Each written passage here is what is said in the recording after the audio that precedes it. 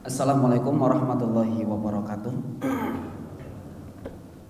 Alhamdulillahi rabbil alamin wa bihi nasta'inu bil umuri dunya waddin. Wassalawatu wassalamu ala rasulina Muhammad sallallahu alaihi wasallam wa ala alihi wa ashabihi faman tabi'ahum bi ihsani ila yaumiddin. Faya ibadallah usi nafsi wa iyyakum bitaqwallah haitsu kama qala Allahu jalla wa ala ya ayyuhalladzina amanu taqullaha haqqa tuqatih wa la tamutunna illa wa antum muslimun. Ya ayyuhalladzina amanu kutiba alaikumus syiyamu kama kutiba alal ladzina min qablikum la'allakum tattaqun. Bapak Ibu rahimakumullah, alhamdulillahirabbil alamin. Pada kesempatan pagi hari ini kita bisa melaksanakan sholat subuh, kemudian juga kita bisa melanjutkan dengan kajian rutin yaitu kuliah subuh. Pagi hari ini kita sudah sampai kepada hadis tentang masalah taubat yang ketiga. Ini ada satu hadis yang harus kita lewati, ada satu keterangan yang harus kita sampaikan, yaitu tentang keterangan hadis dari Sofwan bin Asal. Nama seorang Sofwan bin Asal. Wafihi, yang beliau menerangkan tentang mata tanqati'ut taubah, tentang kapan batas akhir daripada seseorang itu bisa bertaubat dari kesalahan-kesalahannya. Kalau kita dilihat di sini, ini hadis yang cukup panjang, bahwa kita lihat dari Zir itu nama seseorang, bin Hubaish, Zir bin Hubaish, dia berkata begini, qala ataitu Sofwan bin Asal, aku pernah mendatangi Sofwan bin Asal. Sofwan bin Asal ini sahabat ya, sahabat. Kemudian semoga Allah meridhoinya. Zir ini bertanya kepada Sofwan, as'aluhu anil mashi alal khuffaini. Aku bertanya kepada Asal tentang bagaimana tata cara mengusap khuffaini. Ini sudah dibahas Ustadz Agus Effendi dengan panjang lebar, yaitu bagaimana mengusap sesuatu yang menutupi kaki khufaini, dua kain atau dua sepatu atau dua kaos kaki dalam keadaan safar. Kemudian bagaimana cara wudunya. Nah, ini tidak kita bahas di sini, tapi hanya sekedar kita lalui saja. Artinya kita melewati hadis ini. Faqala, kemudian ia mengatakan, Asal ini mengatakan, maja'a bika Yazir, kamu datang ke sini untuk apa wahai Zir, kata Asal ya. Fakultu, maka aku berkata, kata Zir, ibtigha'a ilmi, aku datang ke sini untuk ilmu. Kemudian Asal mengatakan, faqala, sesungguhnya innal malaikah, para malaikat itu tad'u ajnihataha li talibil ilmi. Mereka malaikat itu mengepakkan sayapnya li talibil ilmi, untuk para penuntut ilmu, untuk para penuntut ilmu. Ridon, ia malaikat itu ridho bima yatlubu, dengan apa yang ia cari. Itu kata Asal begitu. Fakultu, dan aku berkata, innahu qad haqqa fi sadri, bahwa terdetik dalam dadaku tentang permasalahan al-mashu alal khuffaini, mengusap khuffaini, dua sepatu atau dua kaos kaki atau dua kain yang menutupi kaki, ba'dal ghaid wal bauli, setelah buang air besar dan buang air kecil. Jadi zir ini dia punya satu penasaran ya. Jadi saya penasaran dengan Mas Kufa ini, makanya dia datang kepada Asal begitu. Wa kunta amra min ashabin Nabi sallallahu alaihi wasallam, dan engkau Asal adalah dahulu engkau ini seorang sahabat Nabi. Engkau ini adalah seorang sahabat Nabi. Jadi Nabi ini memiliki sahabat. Sahabat ini adalah orang yang bertemu langsung atau hidup di zaman Nabi Shallallahu Alaihi Wasallam, itu disebut dengan sahabat. Nah, kalau zir ini sudah di bawahnya sahabat, yaitu zaman tabiin kecil ya, yang tabiin yang bertemu dengan sahabat itu namanya tabiin kecil. Ada tabiin besar. Tabiin besar ini tabiin yang tidak bertemu dengan sahabat. Jadi zir ini genahake ya, bahasa kita genahake kepada Asal tadi.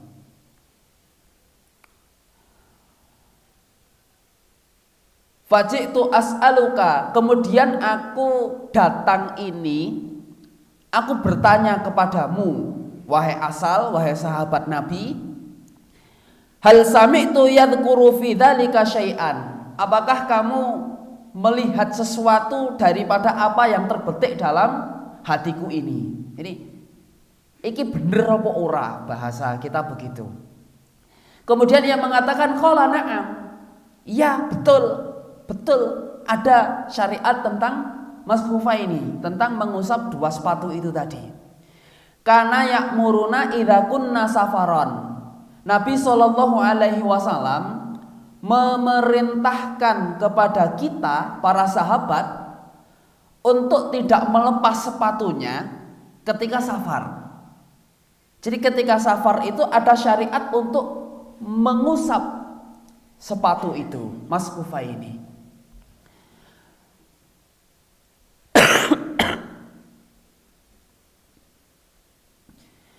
Allah nanza'a khifafana thalathata ayyamin walayalihinna illa min janabatin, untuk tidak melepas dari sepatu itu berapa? 3 hari 3 malam.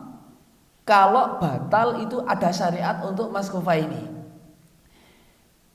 Jadi buang air kecil, buang air besar itu boleh kemudian kita mengamalkan untuk mashufa ini.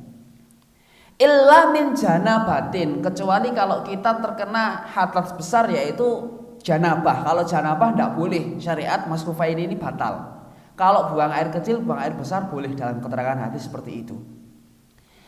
Lakin min ghaid wal bauli wan naum, akan tetapi mashufa ini berlaku dari sesuatu ghaid. Ghaid itu buang air besar, buang air kecil, baul, wan naum daripada tidur. Kemudian aku bertanya lagi, ini belajar, ini tabiin ini betul-betul dia mendatangi seorang guru yang namanya Asal. Asal ini guru beliau karena beliau lebih keilmuannya lebih tinggi karena beliau bertemu langsung dengan Nabi Shallallahu Alaihi Wasallam. Fakultu, aku berkata lagi, hal sami'tu yadhkuru fil hawa syai'an, apa kamu mendengar tentang hawa nafsu? Tentang apa? Hawa nafsu. Qala na'am, iya. Nabi dahulu juga memberikan pengajaran kepada kita tentang hawa nafsu. Bagaimana kisahnya? Kunna ma'a Rasulillah sallallahu alaihi wasallam. Dahulu kami pernah bersama Rasulullah Shallallahu Alaihi Wasallam fi safarin, dalam keadaan safar.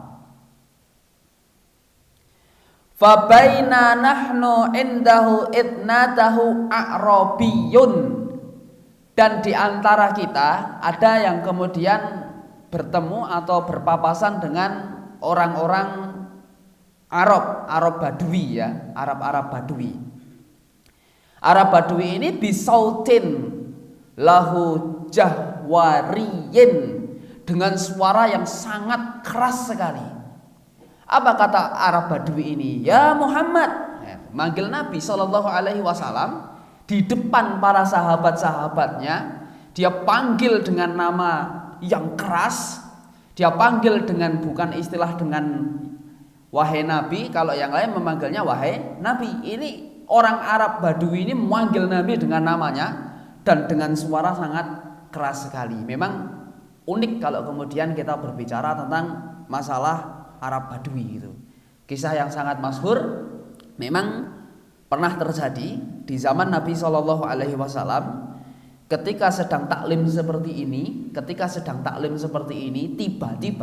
tiba-tiba ja'a rajulun Arabiyun, datang seorang Arab Badui masuk ke dalam masjid. Kemudian ketika Nabi sedang taklim, sedang ngaji dengan para sahabat-sahabatnya, sahabat itu sedang khusyuk mendengarkan ilmu yang disampaikan oleh Nabi. Tiba-tiba Arab Badui itu masuk, kemudian nang pojokan masjid pipis. Ini terjadi di zaman Nabi Shallallahu Alaihi Wasallam. Coba bayangkan Mbak, kayak ngaji kayak gini, juk teko wong ora kenal, wong gunung mana gak kenal gitu kan, orang yang kita tidak mengerti.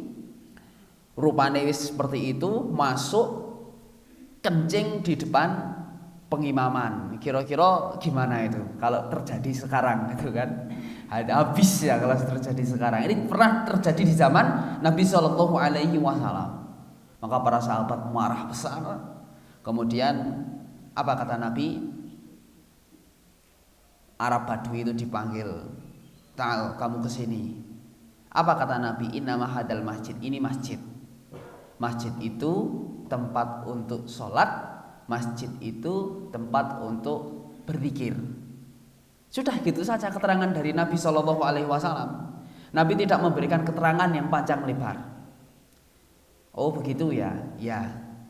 Lalu kemudian para sahabat yang tadinya mau memukuli si Arab Badui itu, Nabi perintahkan begini. Sekarang kamu ambil ember, itu kencing dicuci. Nah, gimana tuh rasanya? Dalam keadaan jengkel, malah kon ngersii, arek ngantemi ora oleh, malah kon ngersii air kencingnya. Begitu. Lalu kemudian orang Badui ini dengan nada yang begitu polosnya, apa kata dia? Semoga Allah merahmati aku, semoga Allah merahmati engkau wahai Nabi, yang lain tidak usah dapat rahmat. Ngoten niku Pak. Saking dene polose wong Badui itu. Saking dene jahiliyahnya orang Badui. Ini juga sama. Oh ya Muhammad, sini Muhammad, dengan suara yang sangat keras. Maka kemudian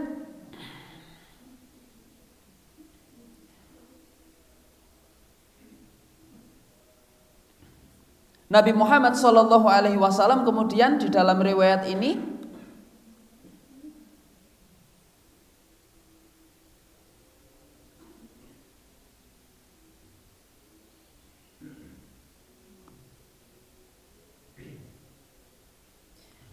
dia kemudian memanggil daripada Arab Badui itu tadi.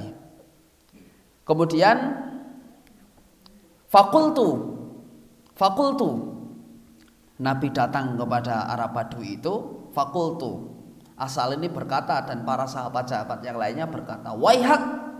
Waihak itu celaka kamu. Celaka. Waihak itu celaka.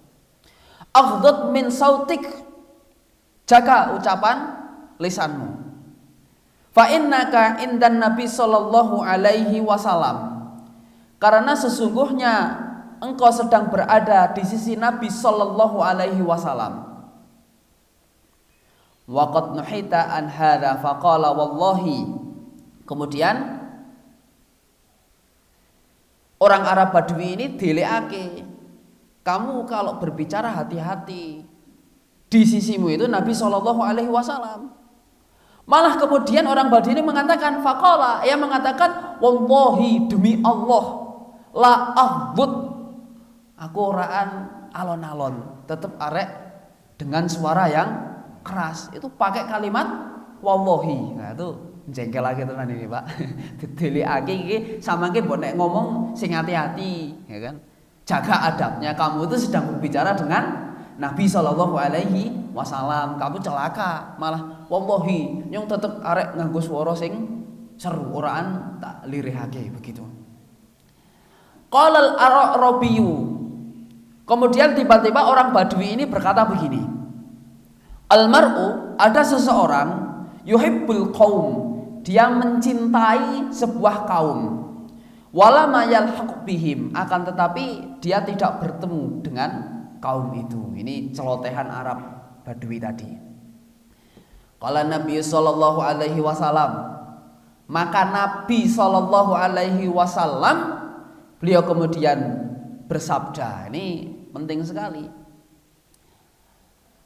Al-mar'u ma'aman ahabba yaumal qiyamah.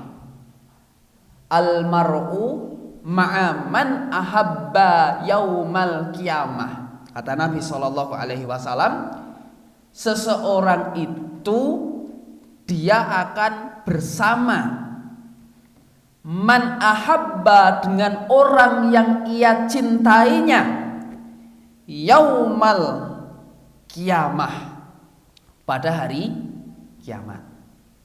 Kecintaan kita kepada siapa itu akan dijadikan satu. Kalau cinta kita kepada Abu Bakar, kepada Umar, kepada Utsman, kepada Khulafaur Rasyidin, kepada orang-orang solih, maka insya Allah kita akan dipermudah untuk dijadikan satu, ma'as-siddiqin, bersama orang-orang yang membenarkan. Tapi kalau kecintaan kita kepada sesuatu yang buruk, maka hati-hati, jangan-jangan nanti kita akan dijadikan satu dengan orang yang beretikat buruk. Ini almar'u ma'aman ahabba yaumal qiyamah. Famazala yuhadditsuna hatta dzakara baban min maghribiha masiratun ardhihi aw yasiruhu ar-raqibu fi ardin arba'ina aw sab'ina ma'an. Maka sungguh ya, tidak akan bergeser daripada sesuatu yang sudah aku buat dari hari ini sampai kemudian sab'ina aman, 70 tahun atau arba'in atau 40 tahun ya, lebih. Apanya yang tidak bergeser? Yaitu khalaqallahu ta'ala yauma khalaqas samawati wal ardi wa maftuhan lit taubah. Ini kata kunci hadis pada pagi hari ini. Yang merah ini ya. Apanya yang tidak bergeser? Allah Subhanahu wa taala menciptakan, khalaqallahu taala yauma khalaqas samawati wal ardi, menciptakan langit-langit dan bumi, maftuhan, ada satu pintu yang terbuka. Apa pintu yang terbuka itu? Lit taubah. Jadi awal penciptaan itu sudah disediakan pintu untuk bertaubat. La yakhluqu hatta tatlu'u syamsu minhu, dan pintu taubat ini tidak akan pernah ditutup oleh Allah Subhanahu wa taala sampai kemudian matahari itu sudah tidak beredar pada tempatnya. Begitu. Bapak Ibu rahimakumullah, itu hadis yang cukup panjang diriwayatkan oleh At-Tirmidzi dan selainnya. Kemudian dinilai hadis ini adalah hadis hasan, hadis yang baik. Pertama jelas bahwa keutamaan menuntut ilmu itu sangat luar biasa. Sampai kemudian malaikat itu mengepakkan sayapnya untuk menunjukkan ridho mereka terhadap orang-orang yang menuntut ilmu. Sampai kemudian ikan-ikan yang ada di lautan itu juga mendoakan para penuntut ilmu. Maka berbahagialah kita jika kemudian kita ini bisa diberi kesempatan untuk menuntut ilmu. Yarfa'illahu alladhina amanu minkum walladhina utul ilma darajat. Wallahu bima ta'maluna khabir. Allah akan mengangkat derajat orang-orang yang beriman. Orang-orang yang beriman. Jadi yang diangkat oleh Allah itu yang pertama orang-orang yang beriman. Kalau beriman diangkat. Iman tok cukup? Belum cukup. Belum cukup. Yarfa'illahu alladhina amanu minkum. Iman dulu di antara kalian. Wa utul ilma darajat. Dan Allah akan mengangkat derajat orang-orang yang berilmu. Nah, iman tok belum cukup. Apalagi ilmu tanpa iman. Ilmu tanpa iman bahaya. Dia bisa jadi ateis, anti Tuhan. Dia bisa jadi komunis ya, hampir sama ya komunis dengan ateis. Dia jadi liberalis atau tokoh-tokoh oriental, ini bahaya. Ada ilmu tanpa amal, ilmu tanpa iman, ini membahayakan. Makanya iman dulu baru kemudian ilmu. Itu kaitannya dengan masalah ilmu. Dan memang ilmu itu didatangi Bapak Ibu. Ilmu itu didatangi, bukan mendatangi. Sebagaimana tadi tabi'in belajar dengan sahabat. Hanya dalam satu perkara ragu, dia datang kepada gurunya, yaitu para sahabat. Bagaimana pendapatmu? Engkau ini melihat Nabi SAW tentang perkara ini. Saya tak tanyakan ke sing tenan kaya ngopo. Itu seperti itu ahli ilmu. Makanya ilmu itu didatangi dan kita harus mendatangi. Kunci daripada belajar, kunci daripada menuntut ilmu. Kemudian pelajaran yang berikutnya, bahwa ketika tadi ditanyakan tentang Mas Hufaini itu, kemudian asal ini kan menerangkan kepada Zir bahwa dahulu Nabi begini. Pelajaran yang bisa kita ambil, walaupun kita tidak melihat Nabi SAW, akan tetapi alhamdulillah hari ini ada ulama, hari ini ada ilmu hadis. Makanya ketika kemudian ada hadis yang sudah ditetapkan oleh para ulama dan disampaikan oleh para mubalik bahwa hadis itu bisa diterima, maka tanamkan dalam hati seakan-akan kita diperintahkan langsung. Sekali lagi, seakan-akan kita diperintahkan langsung, kita diajari langsung oleh Nabi Shallallahu Alaihi Wasallam, walaupun kita tidak melihat beliau.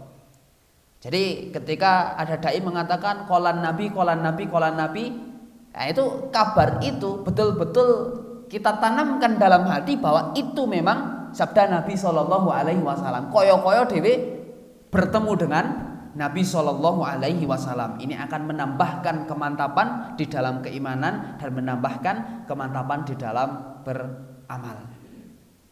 Itu kaitannya dengan masalah ilmu. Kemudian Bapak Ibu rahimakumullah, kita juga melihat di sini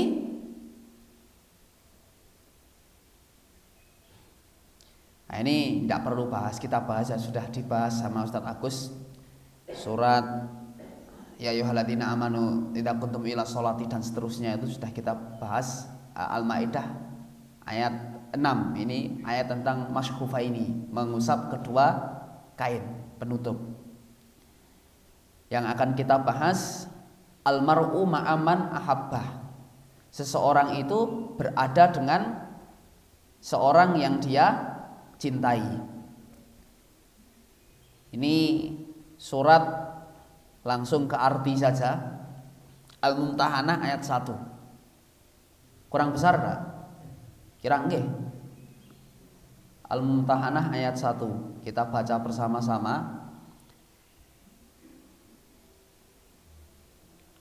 Wah, mantap ini. Hai orang-orang yang beriman, janganlah kamu mengambil musuhku. Ya, musuhku ini orang-orang kafir, orang-orang munafik. Dan musuhmu menjadi teman setia yang kamu sampaikan kepada mereka berita-berita tentang Muhammad, berita-berita tentang Islam. Karena rasa kasih sayang, padahal sesungguhnya mereka telah ingkar kepada kebenaran yang datang kepadamu.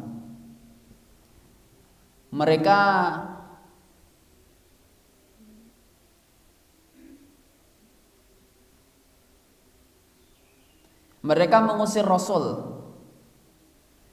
Karena kamu berimanlah, karenanya berimanlah, fa'aminu billah, berimanlah kepada Allah Subhanahu wa taala.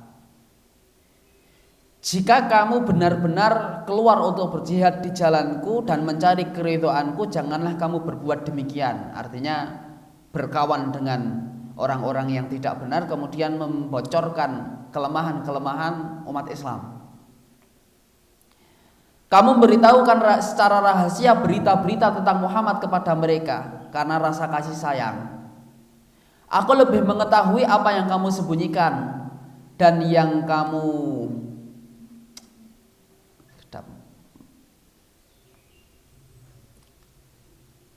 Aku lebih mengetahui apa yang kamu sembunyikan dan apa yang kamu nyatakan. Dan barang siapa di antara kamu yang melakukannya, maka sesungguhnya dia telah tersesat di jalan yang lurus. Al-Mumtahanah ayat 1, silahkan nanti dibuka di rumah.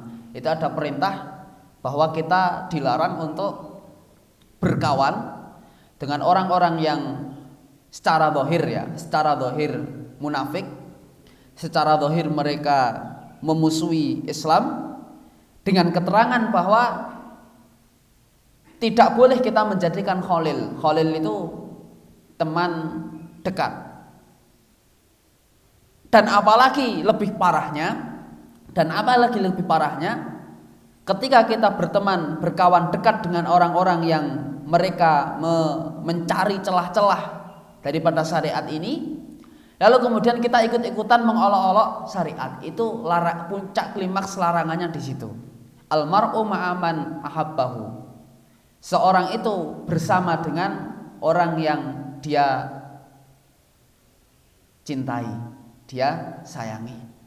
Makanya kalau saya melihat akhir-akhir ini banyak ya di media sosial, kalau panjenengan mengikuti, itu orang yang secara zahir betul-betul nampak kemunafikannya.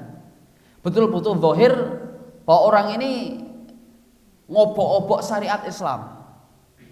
Kalau saya pribadi, saya sering nasihatkan ke teman-teman, tidak usah komentar. Saya buzzer-buzzer yang seperti ini ya kan, orang-orang yang sengaja menghancurkan Islam melalui media dengan berbagai macam tulisan dan video. Ketika kita umat muslimin sibuk dengan dia, artinya ketika kita ikut-ikutan berkomentar A, B, C, D, maka konten komentar viralnya itu akan semakin banyak. Dan memang itu yang dicari. Jadi mau diterangkan ayat bagaimanapun, memang ya orangnya seperti itu. Makanya ini perlu ditinggalkan. Kemudian mangkana atu walillahi wa malaikatihi wa rasulihi wa jibril wa mikal fa innallaha atu lil kafirin. Siapa yang memusuhi Allah, memusuhi malaikat-malaikat, memusuhi rasulnya, memusuhi Jibril, memusuhi Mikal, fa innallaha atu lil kafirin. Sesungguhnya Allah menjadi musuh bagi orang-orang yang kafirin. Ini hadis menerangkan tentang kita harus berhati-hati, selektif di dalam memilih teman.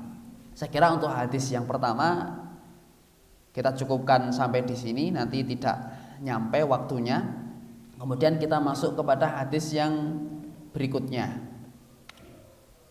Hadis yang berikutnya adalah hadis tentang kisah malaikat rahmat dan malaikat adab dan kisah pembunuh 100 nyawa. Ini ada keterangan kana fi man kana qablakum. Sebentar, tak ambil mos dulu.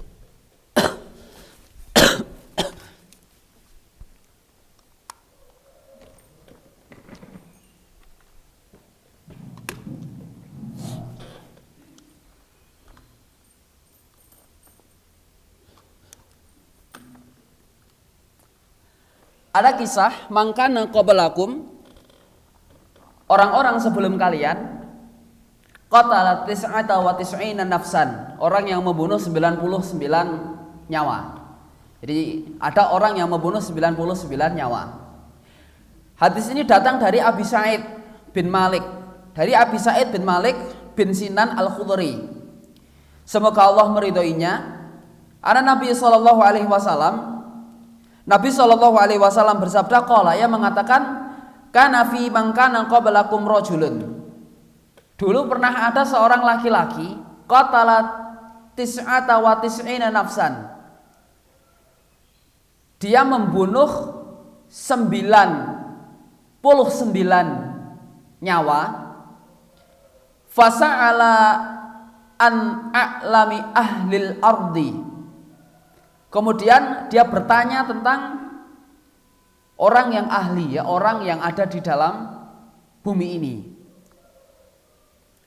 Fatulu ala rohib. Maka orang ini menunjukkan supaya dia bertanya terhadap rohib. Rohib gitu aja ya. Fa'atahu, kemudian dia bertanya kepada rohib itu tadi. Faqala, ia mengatakan, innahu qatala tis'ata wa tis'ina nafsan. Aku wis mata ini wong 99.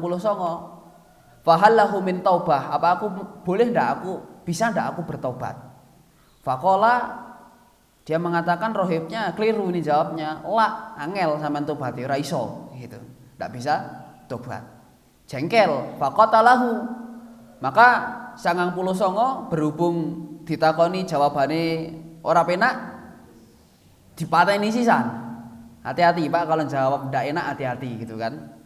Hati-hati. Faqatalahu, maka dibunuh dia. Jadi fakamala bihi mi'ah. Maka orang yang dibunuh ini berapa? 100. Mateni wong 100. Tambah tadi genep-genep ya, rohib tadi ya, kawi genep-genep. Famasa'ala an a'limi ahlil ardi. Kemudian dia tanya lagi kepada seseorang, fatulu ala rajulin alim, dan ditunjukkan kepadanya seorang laki-laki yang alim, laki-laki yang berilmu. Nek sing mau ora ndek ilmu yang takoni, ini punya ilmu. Kemudian orang alim ini mengatakan, faqala innahu qatala mi'atu nafsi fahallahu min taubah. Aku wis mateni wong 100. Ini aku bisa tobat atau enggak? Ini gandeng berhubung yang ditanya ini orang alim, maka jawabannya tepat. Orang itu kalau bertanya kepada orang yang ilmunya banyak, insya Allah oke, tepat. Ini nek keliru takone, nah ini bahaya begitu kan. Bejone kok jawabnya bener ya Pak ya, nek orang bener ya dadi 1-1 ini gitu ya. Faqala, maka dia menjawab, na'am, ya, kamu bisa bertobat. Kemudian apa yang bisa waman yaqullu bainahu wa bainat taubah, apa yang bisa aku lakukan agar aku bisa bertaubat, bisa ditobatnya ini diterima. Entolik ila ardin kada wa kada.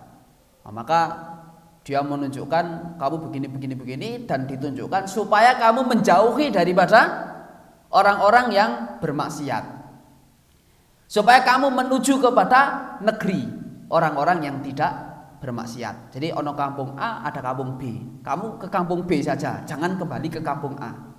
Fa innaha bina unasa ya'budunallaha ta'ala fa'budullaha ma'ahum. Karena di kampung B itu, di sana banyak orang-orang yang beribadah kepada Allah Subhanahu wa taala. Maka beribadahlah kamu bersama mereka. Wala tarji ila ardika, ojo, jangan kamu kembali kepada komunitasmu, kepada desamu gitu. Fa innaha ardun su, konco-koncomu itu, lingkunganmu itu adalah ardun su, tempat yang jelek, tempat yang tidak baik begitu. Maka orang ini bersungguh-sungguh wis mateni wong 100 rumangsa dosane akeh, fantalaqa hatta idza nasbat tariq, dia pergi menuju kampung B, sampai di tengah perjalanan atahul maut, qadarullah, malaikat maut rawuh, malaikat maut datang. Fakhtasamat fihi malaikatur rahmah wa malaikatul adab. Maka malaikat rahmat dan malaikat azab saling berdebat. Iki jatah aku iki gitu. Jadi yang malaikat azab sing iki sudah lama iki wong mateni wong 100 sok delok nek wis wayahe. Nah nek wis mangsane urusane aku iki. Itu kan malaikat azab.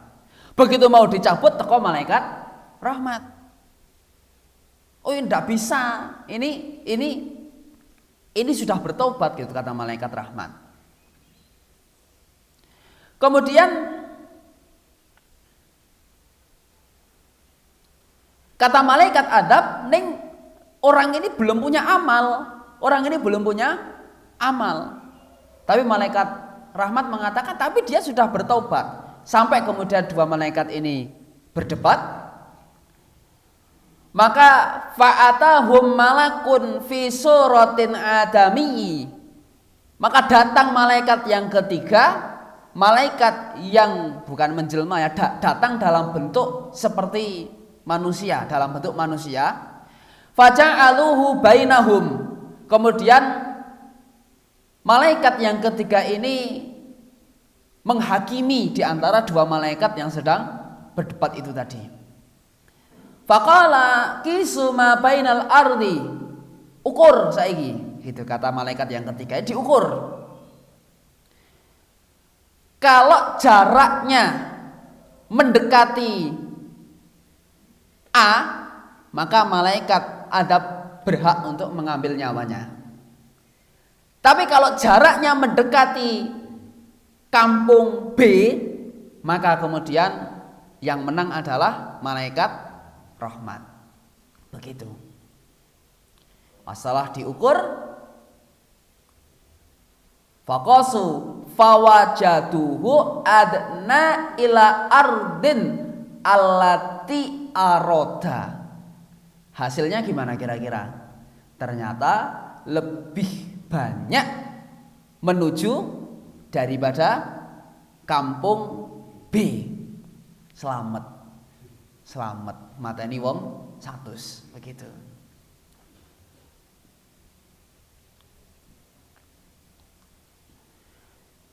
Wa fi riwayatin, di dalam riwayat yang sahih,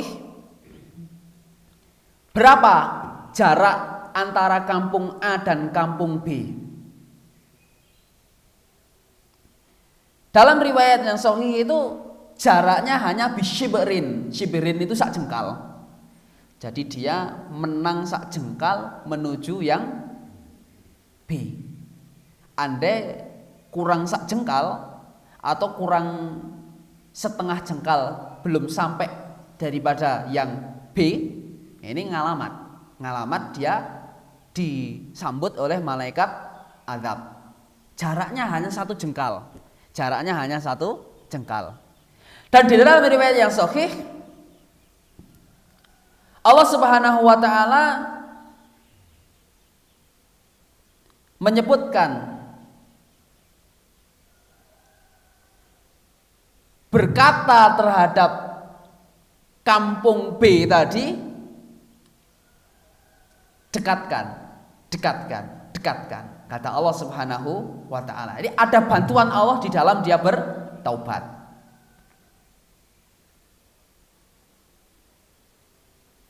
Kemudian di dalam riwayat yang lain, yang A tadi jaraknya diperpendek, yang B tadi jaraknya yang B diperpendek, yang A diperpanjang, sehingga menang yang B. Itu di dalam beberapa riwayat.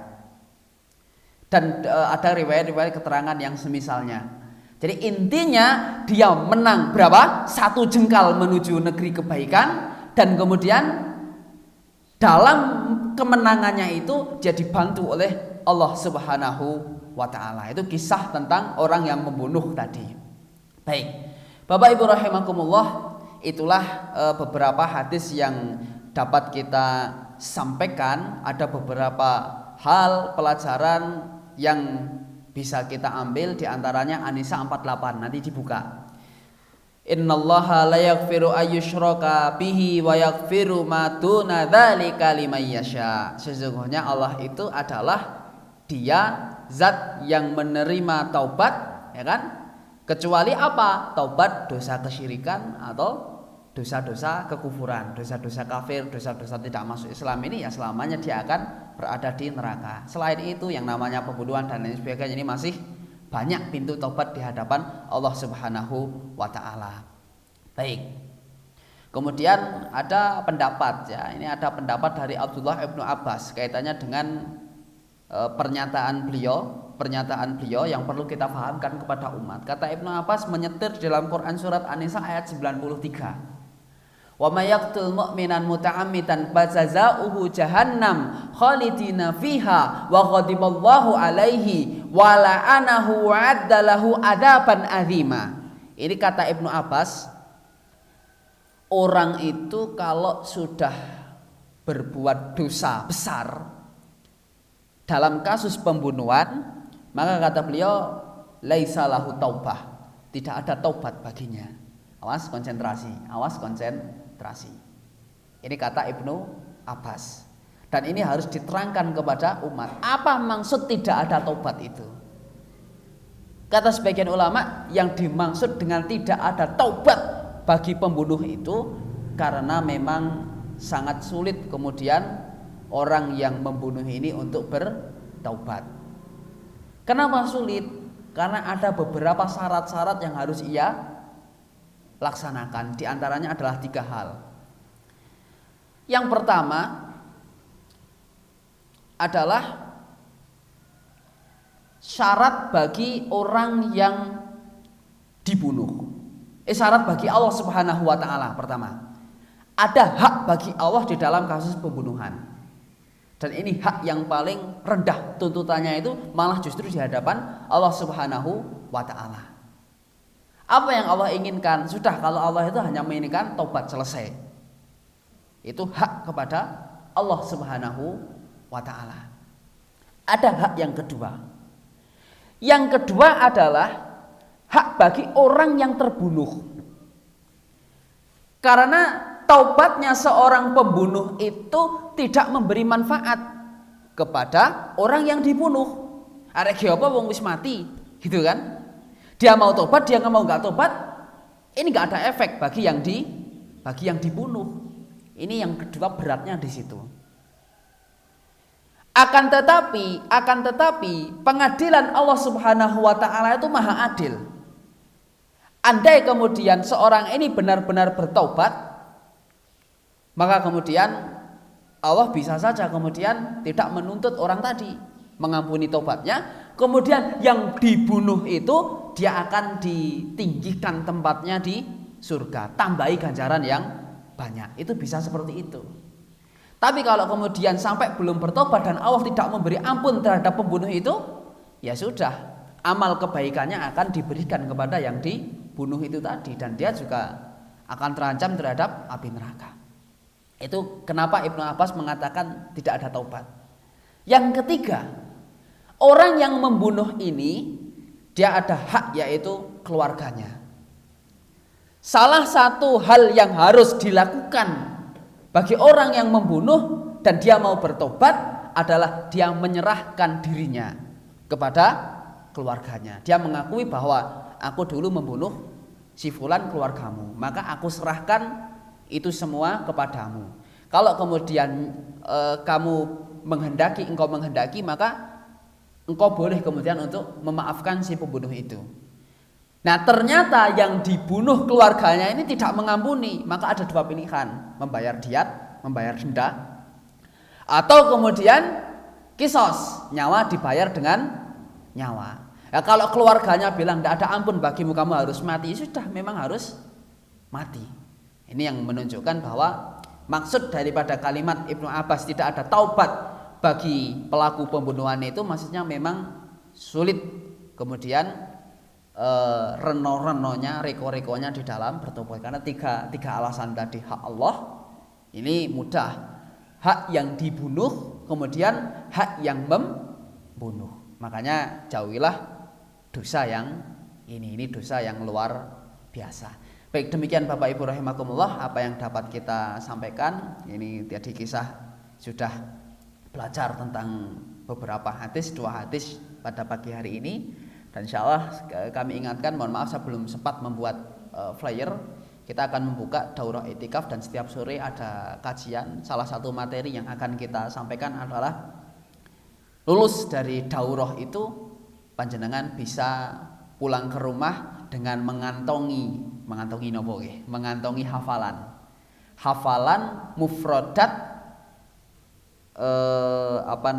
kosakata di dalam salat. Berikut nanti insya Allah kita akan sampaikan fikih ringkas, termasuk doa Allahumma ba'id baini, Allah berkafir dan lain sebagainya kita sampaikan dalam daurah itu. Mungkin nanti waktunya bisa kita atur bersama-sama. Demikian, mudah-mudahan bermanfaat. Aku qouli hadza. Besok pagi siapa saya lagi? Kisah tentang perang Tabuk insyaallah. Aku qouli hadza wa astaghfirullah li wa lakum subhanakallahumma wa bihamdika asyhadu an la ilaha illa anta astaghfiruka wa atubu ilaih. Assalamualaikum warahmatullahi wabarakatuh.